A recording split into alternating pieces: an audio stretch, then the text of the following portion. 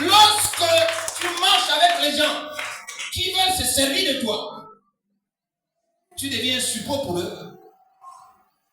Et vous marchez. Le jour où lui voit la lumière devant, toi tu n'as pas encore vu. Il te dit, reste d'abord là.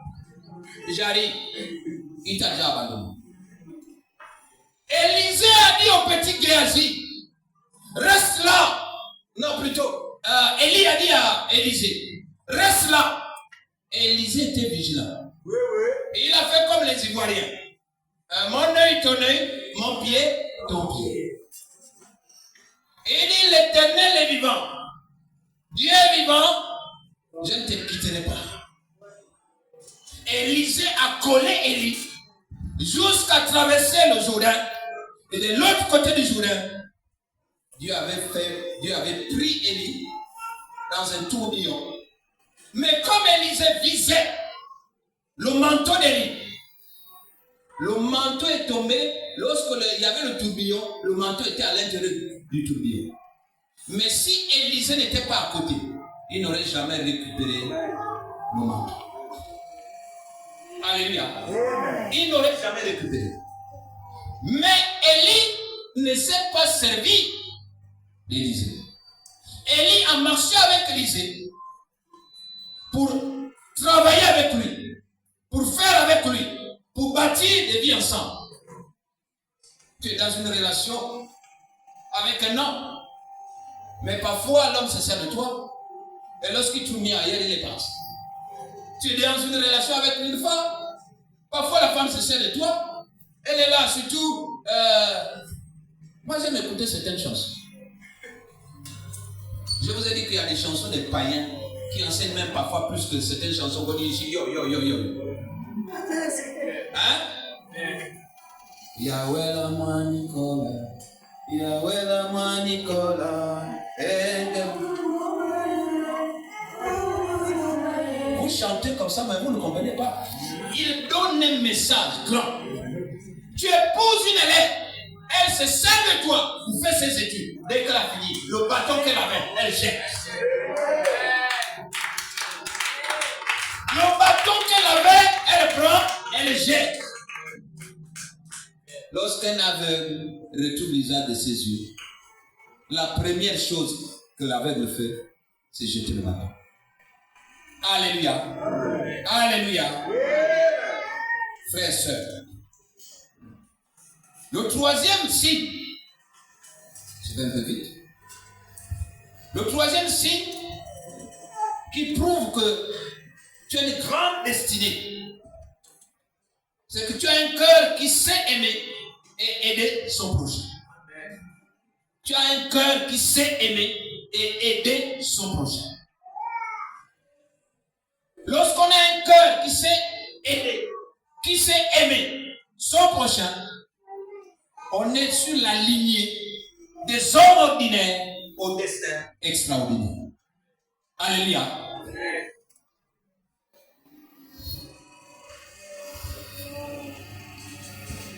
Un homme ou une femme de grande destinée sait se soucier de son frère ou de sa sœur. Il embrasse les problèmes des autres comme étant ses propres problèmes. Vous comprenez? Un homme à la grande destinée sait se soucier des autres.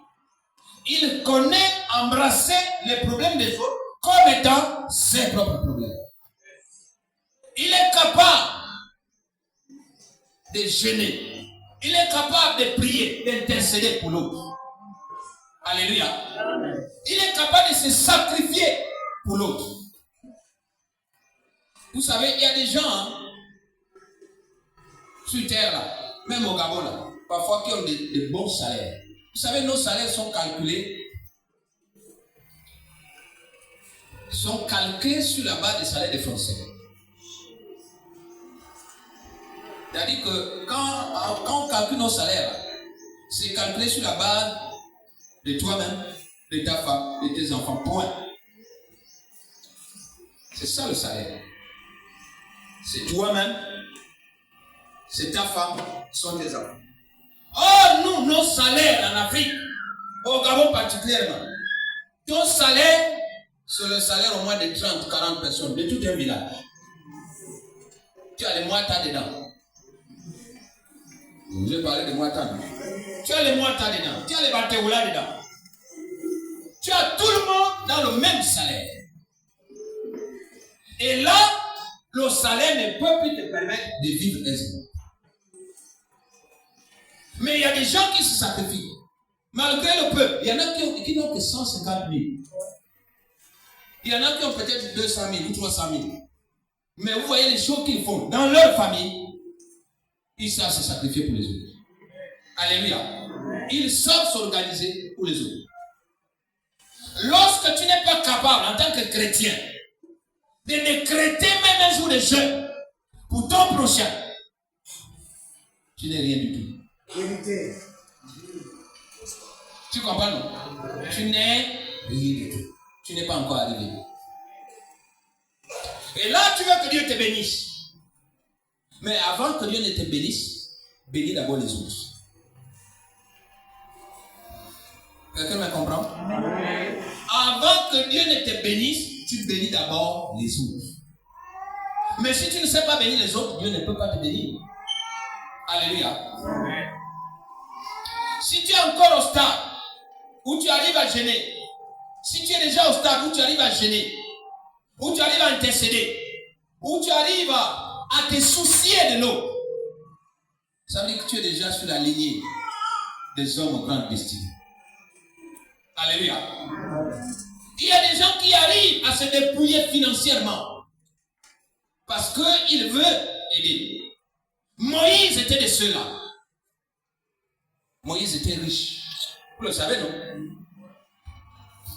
Qui sait que Moïse était riche? Qui sait? Rapidement, rapidement. Qui sait que Moïse était riche? Oui? Pourquoi il était riche? Il était le fils de Pharaon. Il était au palais. Vous pouvez douter de sa richesse. Un prince. Moïse a été élevé au palais. Il manquait de quoi? Mais sa position de prince, sa position de futur même héritier, parce que Pharaon préparait Moïse pour hériter. Sa position a fait quoi? Sa position ne l'a pas fait fuir les autres. Ne l'a pas fait nier ses origines. Il savait que même si je suis au palais, même si je suis prince, même si je suis riche, mais je reviens du peuple hébreu là, qui est maltraité. C'est pour ça qu'il se battait pour son peuple. Il donnait les moyens à son peuple. Il venait même faire les bagarres. La Bible nous apprend qu'il avait même tué un Égyptien. Et comme ça, quand il a eu peur de sa vie, il a fui, il est parti à Madian. Vous le savez? Mais pourquoi? Parce qu'il avait un cœur aimant et aidant. Alléluia. Lorsqu'on a un cœur qui sait aimer, lorsqu'on a un cœur qui sait aider, on est un homme de grande destinée. Alléluia. C'est une marque des hommes de grande destinée. Regardez, hein? Regardez seulement vous-même. Tu ne peux pas le faire. Pour toi, c'est peigne afro. Les enfants ne connaissent plus le peigne afro. Peigne afro a disparu du marché. Mais peigne afro, c'était, nous, on avait un peigne qui était comme ça. Coup de poing. Ton argent seulement est à l'intérieur. On n'ouvre jamais pour donner. Tu as un peigne afro. On va acheter un peu peigne afro quelque part. Alléluia. Tu as un peigne afro. Et quand tu as un peigne afro, ça ne peut pas marcher. Je voudrais donner le dernier point. Le quatrième. Le quatrième signe. Le quatrième signe qui prouve que tu es un homme de grande destinée, c'est que tu es beaucoup combattu. Oui, oui. Tu es beaucoup combattu.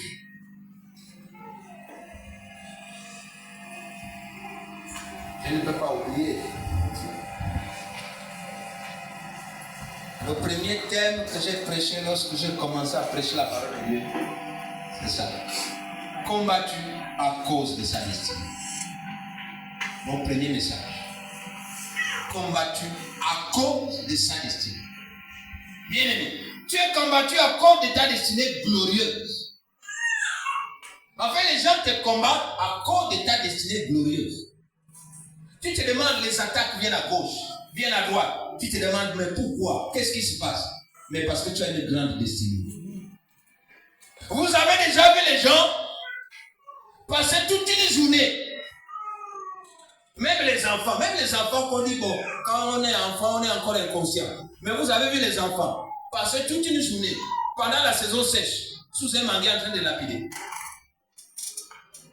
Ils savent qu'il n'y a pas les membres. On est d'accord? Les enfants savent que là, dans le manguier, là, ce n'est pas encore la période. Il n'y a pas les membres. Il ne peut pas passer du matin au soir en train de lapider. Il est de passage, il lance un petit caillou, après il continue. Mais s'il y a les membres, ça m'intéresse. Mais ça m'intéresse. Il s'arrête, il commence à lapider, il commence à ramasser les mains. Alléluia. On ne combat que celui qui porte du fruit. On te combat parce que tu as une grande destinée. Oh, moi je suis l'objet des attaques. Oh, même dans la famille, on me fait ceci. Moi je suis conscient que j'ai une grande destinée. Et donc, lorsqu'on m'attaque, je m'en fous. Je ne m'occupe pas de ça. Alléluia. Parce que j'ai pris conscience que j'ai une grande destinée. J'ai une destinée glorieuse qui fait qu'on est obligé de m'attaquer. Si on ne m'attaque pas, on va attaquer qui? On m'attaque pour plusieurs raisons. Soit parce que je les empêche d'évoluer, c'est-à-dire que ma présence bouscule les équilibres. C'est-à-dire que vous êtes là, vous êtes tranquille. Quoi. Vous comprenez, non? Là, ça fait une famille. Et un petit mètre tiré. Mais comment Milivo arrive? Et son aura, son audience est au-dessus de ton audience. Tu es obligé d'être gêné. C'est ça la vie. C'est ça la vie.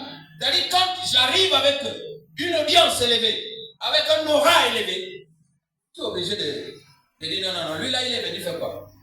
En fait, tu es en train de dire il est venu me gêner.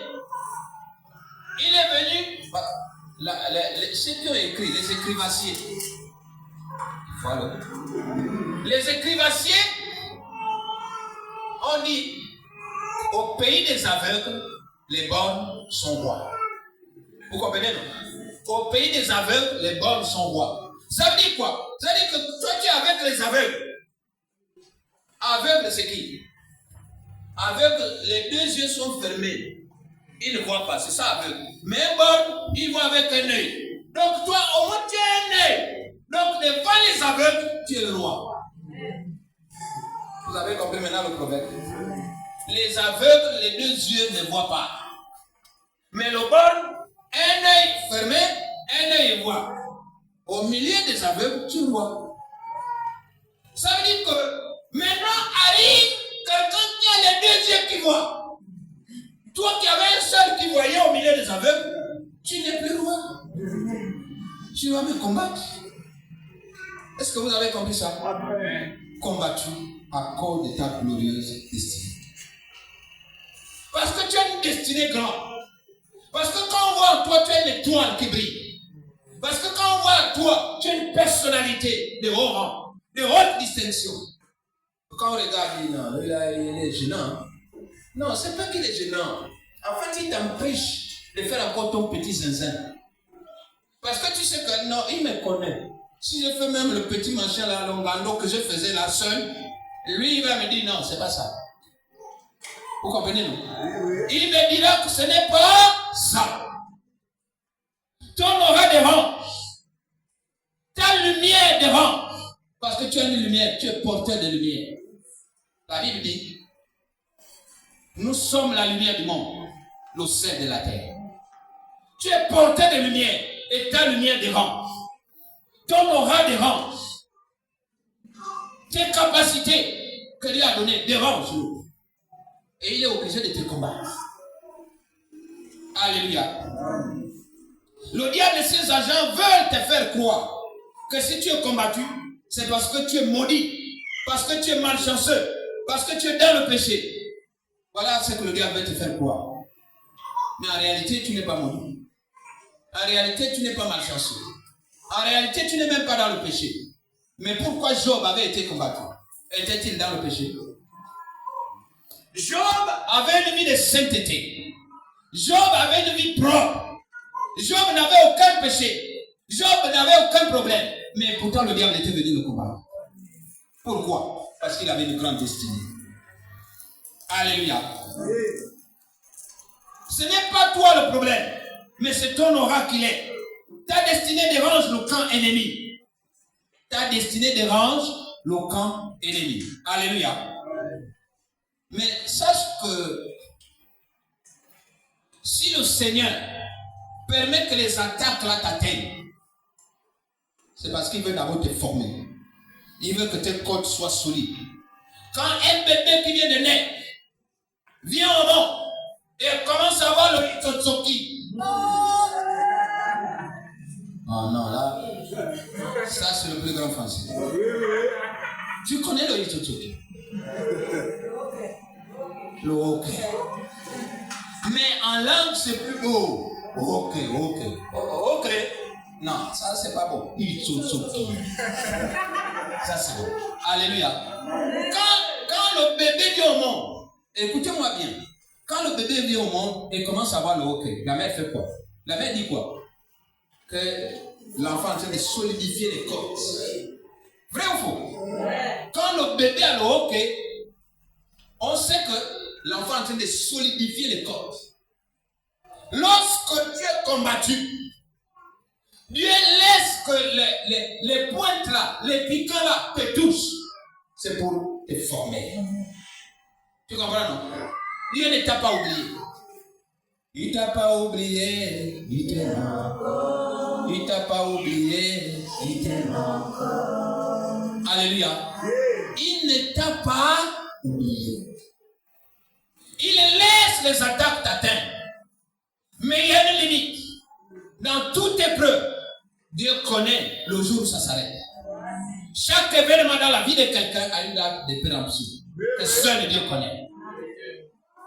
Tu es dans une situation délicate. Tu es dans une situation difficile. Dieu connaît quand est-ce il va te faire sortir. Sois simplement patient. Connais seulement ta position. Et mets ta confiance en Dieu. Et il agira. Alléluia. Tu sais, la peur peut nous habiter. La peur peut arriver. J'ai une situation difficile. J'ai une situation indescriptible. J'ai une situation compliquée, complexe. Je vais faire comment? Mais j'ai une solution pour toi. Ce matin, j'ai une solution pour toi. Je suis venu te donner la recette de la situation que tu as, de la situation compliquée que tu vis. Tu as peur, mais je vais te montrer quelqu'un qui peut t'aider. La souris avait peur. La souris avait peur. Oh non.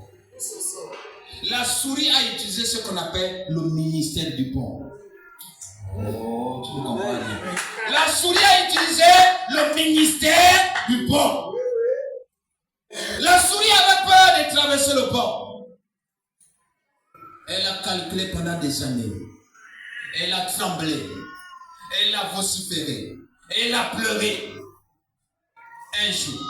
Dis avec moi, un jour. Un jour. L'éléphant est venu. L'éléphant a dit, il y a souris, petite souris, oui. Il y a éléphant. Bon, on dit quoi? Moi, je ne peux pas traverser le pont. Tu ne peux pas traverser le pont, oui. Ok. L'éléphant s'est mis à genoux, a posé son oreille au sol. La souris est montée sur l'oreille de l'éléphant. L'éléphant a traversé le pont. L'autre côté du pont, la souris est descendue. La souris s'est tournée vers l'éléphant et dit, tu as vu comment on a fait trembler le pont? Honnêtement, qui a fait trembler le pont? Là où elle est tremblotée comme ça. Mais c'est elle qui est la première à dire à l'éléphant, tu as vu comment on a fait trembler le pont? Si tu as peur, l'oreille de Jésus est encore grande. Monte sur l'oreille de Jésus et vous ferez trembler le pont. C'est Jésus qui soigne. C'est Jésus qui guérit. C'est Jésus le Maître. Mets ta confiance en lui. Alléluia. Vous ferez trembler le pont. Tu as l'autorité, la force nécessaire pour surmonter toute opposition, pour surmonter toute attaque, pour surmonter tout obstacle. Tu as l'autorité. Parce que Dieu a dit, et voici je vous donne l'autorité de marcher sur les serpents, les scorpions, ainsi que sur toute la puissance des ténèbres. Et rien ne pourra vous nuire. Alléluia. Tu as cette autorité-là. Tu as cette autorité. Ne pleurniche plus. Relève-toi avec la force que tu as pour chasser l'étranger de ta vie. Il y a quelqu'un qui vient voler tes bénédictions. Il y a quelqu'un qui vient voler, qui veut vendre ce qui est à toi. Poursuis-le. Rattrape-le. Poursuis-le et rattrape-le. Parce que tes bénédictions sont en train de partir. Oui. Ils étaient dans une mine, les miniers. Ils étaient en train de travailler. Arrive midi, on vient leur donner un morceau de pain à chacun. On vient donner à chacun un morceau de pain. Et puis il y a le chien qui rentre dans la mine, qui vole le morceau de pain de quelqu'un qui était en retard. Parce qu'on avait mis dans les casiers et le chien est venu voler. Le type n'a pas hésité. Il se met à poursuivre le chien. Il a couru, le chien est sorti de la mine avec le morceau de pain à la bouche. Le type a dit, ce sont mes bénédictions qui sont en train de partir. Il a poursuivi le chien. Mais derrière lui, dès qu'il est sorti de la mine s'est effondrée. Tout ce qui était à l'intérieur sont morts. Parfois, lorsque tu poursuis tes bénédictions, ce qui reste derrière meurt. Ce qui reste derrière meurt. Parce que tu dois poursuivre tes bénédictions. Et quand il faut les poursuivre, il faut les poursuivre. Alléluia. Tes bénédictions sont en train de partir. Le diable est rentré dans ta maison. Satan est en train de saccager ta maison. Tu es dans une plantation de tubercules. Dans une plantation de tubercules. On ne peut trouver qu'un homme ou une femme pour vouloir fouiller les timbres. Mais lorsque tu trouves maintenant des corps, ça veut dire que quelqu'un est venu voler. La place du coq n'est pas dans une plantation de tubercules. Lorsque les coqs se retrouvent maintenant dans une plantation de tubercules, ils sont venus te défier. À toi de te lever. À toi de te lever. Tu es dans cette salle, tu as écouté la parole, tu as écouté le message, tu as intérêt à te lever.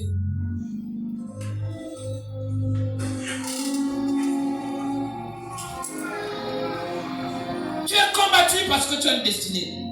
Tu es combattu parce qu'on voit les étoiles de tes enfants. Parce qu'on voit l'avenir de ta famille, l'avenir de ta maison. Et les gens sont obligés de combattre. Les gens sont obligés de détruire. Tu es combattu parce qu'ils pensent que tu es naïf. Mais il est temps que tu te lèves. Il est temps que tu connaisses Dieu. Il est temps que tu lui fasses confiance.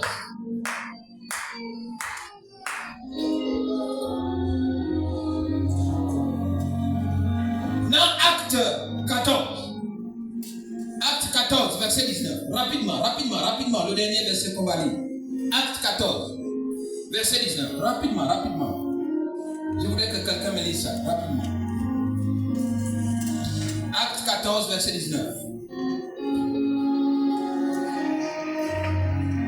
À partir du verset 19.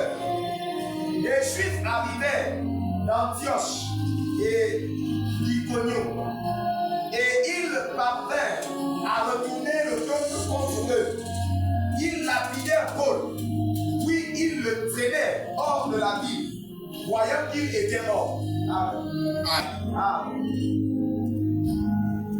Alors survinrent d'Antioche et d'Icône des Juifs qui gagnèrent la foule et qui, après avoir lapidé Paul, le traînèrent hors de la ville, pensant qu'il était mort. Pensant qu'il était mort. Je veux qu'on répète avec moi. Pensant qu'il était mort. Frère. Les gens ont attrapé Paul. Ils l'ont emmené hors de la ville. Ils l'ont lapidé.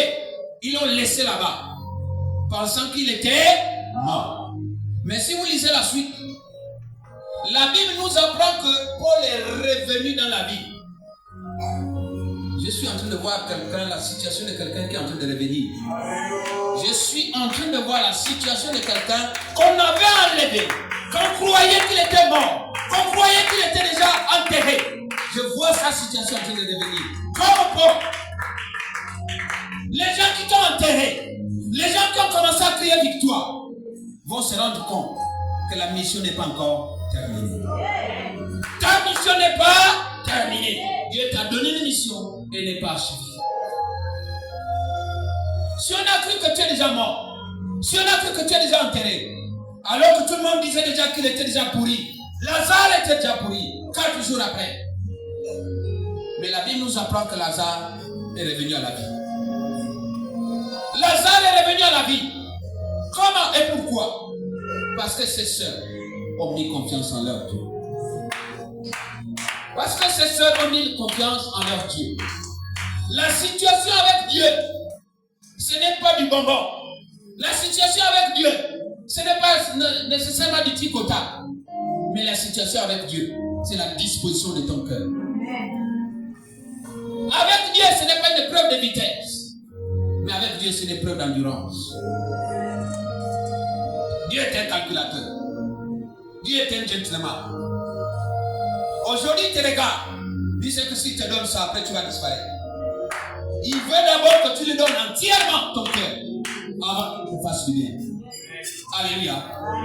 Dis simplement un mot. Dis simplement un mot. Dis simplement un mot. Parce qu'il y a urgence. Il y a urgence dans la situation. Il y a urgence dans ta vie. Parce que le diable est en train de te combattre. Parce que le diable est en train de te guetter. À cause de ta grande destinée, à cause de ton étoile, quelqu'un veut la retirer. Mais tu n'es pas conscient. Mais tu n'es pas disposé. Mais tu n'es pas vigilant. Et là, on peut t'avoir. 4 signes. 4 signes prouvent que réellement, tu es un homme de grande destinée. Tu es un homme de grande destinée. Je vais commencer par le premier. Le premier signe que j'ai montré, c'est qu'il faut savoir qui tu es. Quand tu connais déterminer qui tu es dans la lignée des hommes de grande destinée. Le deuxième signe, c'est que tu dois accepter de vivre le rejet. Tu dois accepter de vivre dans la solitude. Tu dois accepter de vivre dans l'isolement. Parce que Dieu sait ce qu'il est en train de faire pour toi. Le troisième signe que j'ai montré, c'est que tu dois avoir un cœur aimant et aidant. Tu sais aimer, tu sais aider. Le quatrième signe, c'est que tu seras combattu. Tiens-toi prêt. Tiens-toi prêt au combat. Le combat fera de toi un homme fort. Le combat fera de toi un homme vivant. Le combat fera de toi un homme vigilant. Le combat fera de toi un homme aguerri. Mes pères, frères et sœurs, si tu n'aimes pas le combat, mais le combat va s'imposer à toi. Si tu n'aimes pas le combat va s'imposer à toi. Et pendant combien de temps tu dois combattre? La vie chrétienne, c'est une vie de combat. La vie chrétienne, ce n'est pas seulement le manger, le boire. C'est une vie de combat. Alléluia. C'est une vie de combat. Je suis debout devant vous. Je suis en train de piétiner mon lit. Oh, quelqu'un pouvait dire amen. Quelqu'un pouvait dire amen. Je suis en train de piétiner mon lit. Je suis devant vous. Je suis en train de piétiner mon lit. Quelqu'un peut savoir que depuis 3 jours, c'est ça mon lit. Je suis en train de dormir là. Vous avez trouvé une Bible qui était posée là. Je l'ai laissée à 5 heures. Parce que j'ai dormi. La vie chrétienne, ce n'est pas une vie de bonbons sucrés. C'est une vie de combat. Si tu n'es pas prêt au combat, mais le diable va te combattre. Oh, on avait déjà cru. On avait déjà mis une croix sur toi. Mais je vois que ta vie est en train de revenir. Je suis en train de voir que ta situation est redressée. Je suis en train de voir que ta situation est en train de réviser. De la même façon qu'on avait déjà rejeté la femme adultère, Jésus s'est penché. Il a écrit sa nouvelle histoire. Je vois une nouvelle histoire qui est en train de s'écrire dans la vie de quelqu'un. Une nouvelle histoire est en train de s'écrire dans la vie de quelqu'un.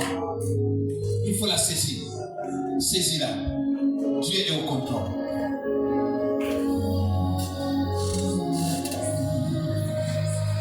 Seigneur, dis-moi dans ma vie. Seigneur, dis-moi dans ma vie. Seigneur, dis-moi dans ma vie. Seigneur, Seigneur Jésus.